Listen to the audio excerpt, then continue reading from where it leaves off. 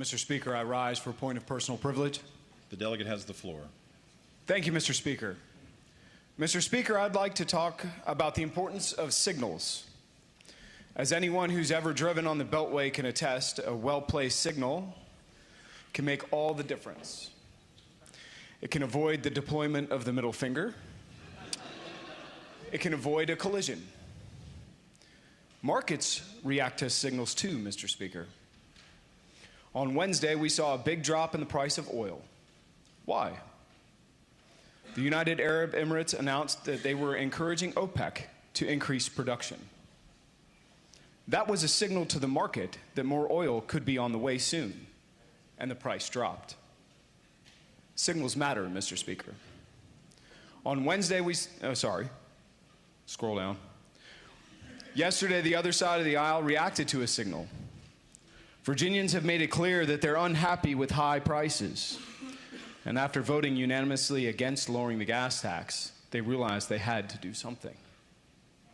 That's something? Tell the governor to stop price gouging. It looks good on paper. I mean, who on earth would ever be in support of price gouging? Let's talk about what price gouging is for a minute. When the Colonial Pipeline shut down last year, stations were running out of gas. That left the stations that did have gas in a position to charge as much as they wanted. Some did, raising prices by multiple dollars per gallon. That is price gouging. Has anyone in here seen gas stations running empty lately? No. There's lots of gas out there with lots of options to buy it. It's expensive, but it's available everywhere.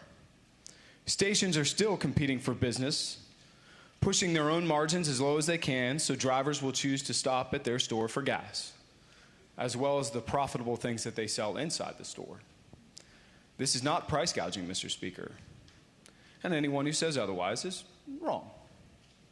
So if it's not price gouging, or looters, wreckers, and hoarders, what is going on?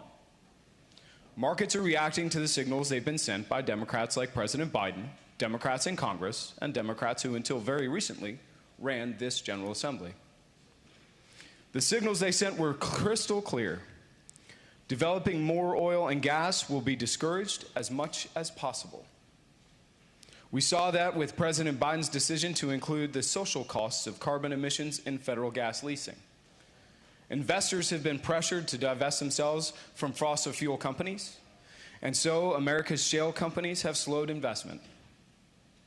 They've stopped drilling as much in reaction to the signals they were sent. The signals from this General Assembly were just as strong. Democrats made it clear that if they had their preference, we'd have no fossil fuel infrastructure development in the Commonwealth. Wind and solar are the order of the day, along with the electric cars, and had Democrats been successful, they'd have been paid for, in part, by taxpayer dollars. Mr. Speaker, oil and gasoline markets have responded to the signals sent to them by Democrats. If we want prices to go down, Mr. Speaker, the government needs to start sending different signals to the market. It's really that simple. Thank you, Mr. Speaker.